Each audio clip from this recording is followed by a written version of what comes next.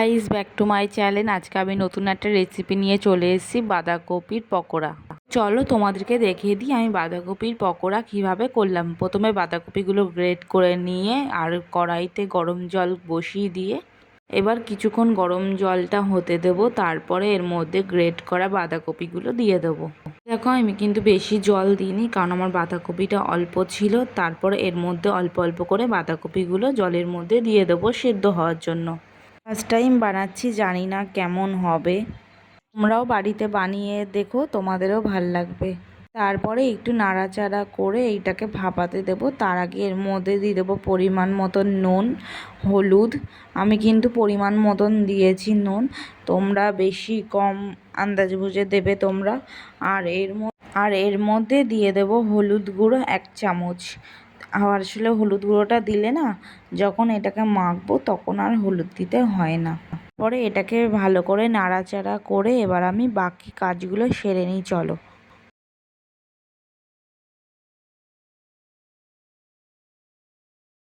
এখানে আমি দুটো পেঁয়াজ নিয়ে নিয়েছি। দুটো পেঁয়াজটাকে ভালো করে মিহি মিহি করে লম্বা লম্বা করে কেটে নিতে হবে। আর যেহেতু বাঁধাকপিটাও ঝিরিঝিরি লম্বা লম্বা করে, তাই পেঁয়াজটাও ঝিরিঝিরি লম্বা লম্বা করে কেটে নিতে হবে। আমি এখানে দুটো পেঁয়াজ দিয়েছি, আর তোমরা চাইলে দুটোর বেশিও দিতে পারো, আবার দুটো কমও দিতে পারো। তারপরে নিয়ে নিয়েছি পরিমাণ মতন আদা। এখানে আমি আদাটাকে ঘষে নিচ্ছি। তোমরা চাইলেই এটা মিক্সচার মেশিনে বেটে নিতে পারো বা শিলে বেটে নিতে পারো। তাড়াতাড়ি করার জন্য আমি এটাকে ঝিরিঝিরি করে আমি ঘষে নিয়েছি। এই যে আমার আদা আর পেঁয়াজ রেডি হয়ে গেছে। এবার আমি দেখে নেব বাঁধাকপিটা হয়েছে কিনা। তো দেখলাম বাঁধাকপিটা আমার প্রায় হয়ে এসছে। করবো না, এটা আবার নাবিয়ে নেব, যেহেতু এটা আবার তেলে ভাজা হবে। এটা গরম অবস্থাতেই নাবিয়ে নিয়ে একটু ঠান্ডা জল দিয়ে একটু ধুয়ে নিতে হবে। তারপর আমি এইটাকে দিয়ে দেবো একটা পাত্রের মধ্যে। দেখো বন্ধুরা, আমার বাঁধাকপিটা কিন্তু বেশ হলুদ হয়ে এসছে। তাই আমি যখন এটাকে সব রকমের মশলা দিয়ে মাখবো, তখন আমাকে হলুদ না দিলেও চলবে। এবার আমি যে পেঁয়াজটাকে কেটে রেখেছিলাম, সেই পেঁয়াজটা এর মধ্যে দিয়ে দিলাম। আবার যেই আদাটাকে ঘষে রেখেছি, সেই আদাটাও আমি এর মধ্যে দিয়ে দিলাম। এবার দিলাম একটু বেসন আর কর্নফ্লাওয়ার। তোমাদের কাছে যদি কর্নফ্লাওয়ার না থাকে, তোমরা চালের গুঁড়োও দিতে পারো। তারপর দিয়ে দিলাম এটা চাট মশলা। চাট মশলাটা দিলে খেতে বেশ টেস্টি লাগবে।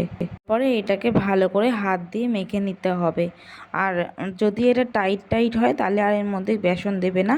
আর যদি এটা পাতলা হয়ে যায়, তাহলে এর মধ্যে বেসন দিতে হবে। তো আমি 10 মিনিট মতন চাপা দিয়ে রেখে দিলাম। আর আমার পাতলা হয়েছিল বলে আমি আরও একটু বেসন দিয়ে দিলাম। চাইলে এর মধ্যে সয়া সস দিতে পারো, কিন্তু আমার কাছে সয়া সস ছিল না। তারপর দিয়ে দিলাম এখানে লঙ্কার গুঁড়ো, শুকনো লঙ্কার গুঁড়ো। আর এখানে কাঁচা লঙ্কা আমি কেটে দিইনি। তারপর দিয়ে দিলাম গোলমরিচের গুঁড়ো। এবার ভালো করে এটাকে হাত দিয়ে মেখে নিতে হবে, মধ্যে যেন 1 ফোঁটা জল না থাকে।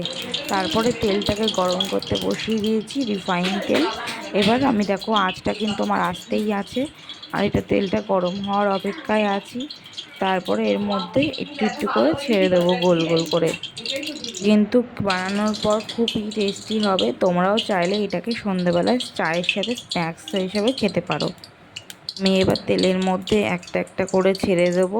তোমরা চাইলেই এটাকে যে বিভিন্ন রকমের শেপ দিতে পারো, কিন্তু আমি এটাকে আমার মনের মতন গোল গোল করে শেপ দিয়েছি। এবার এটাকে লাল লাল ভাজার অপেক্ষায় আছি। তারপরে এক পিঠ হয়ে গেলে পরের পিঠটা আবার উল্টে দেবো। আমার গ্যাস কিন্তু লো আছে, হাইতে করিনি আমি এখনও। আর এই দেখো, এটা কিন্তু লোতেই করতে হবে, তাহলে ভিতর থেকে বেশ সেদ্ধটা হবে, কাঁচা কাঁচা থাকবে না। আর আমি যেহেতু বাঁধাকপিটা আগেই সেদ্ধ করে নিয়েছি। আর এই দেখো ভালো করে লাল লাল হয়ে গেছে। এবার তেলটা ঝেড়ে এবার আমি এটাকে তুলে নেব একটা পাত্রের মধ্যে। এ দেখো আমারটা কি সুন্দর লাল লাল হয়েছে, আর মচমচও হয়েছে ভেতর ভেতর। আর এটা গরম গরম খেতে কিন্তু অসাধারণ লাগবে। তো চলো আমি এটাকে আর এক খোলা ভেজে তোমাদেরকে দেখাই। চলো এটা গরম গরম সার্ভ করি। আর এটা গরম গরম খেতেই ভালো লাগে। আর আমি এর মধ্যে সস দিয়ে নিয়েছি। তোমরা চাইলে অনেক রকমের সস পাওয়া যায়, সেগুলো দিয়েও ট্রাই করতে পারো। আর আমি এই যে বোনকে দিয়ে দিয়েছি, বোন খাচ্ছে। তো চলো এইদিকে আমি করি।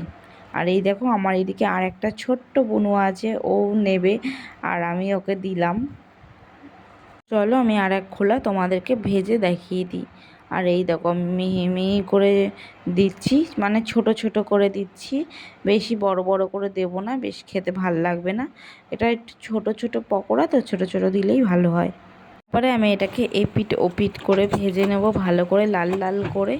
আর আমার প্রায় লাল লাল হয়ে গেছে, আমি তুলে নিয়ে এরকম সার্ভ করে নিচ্ছি। আর এবার আমরা সবাই চা দিয়ে এটা খাবো। এটা আসলে চায়ের সাথেই বেশ ভালো লাগে।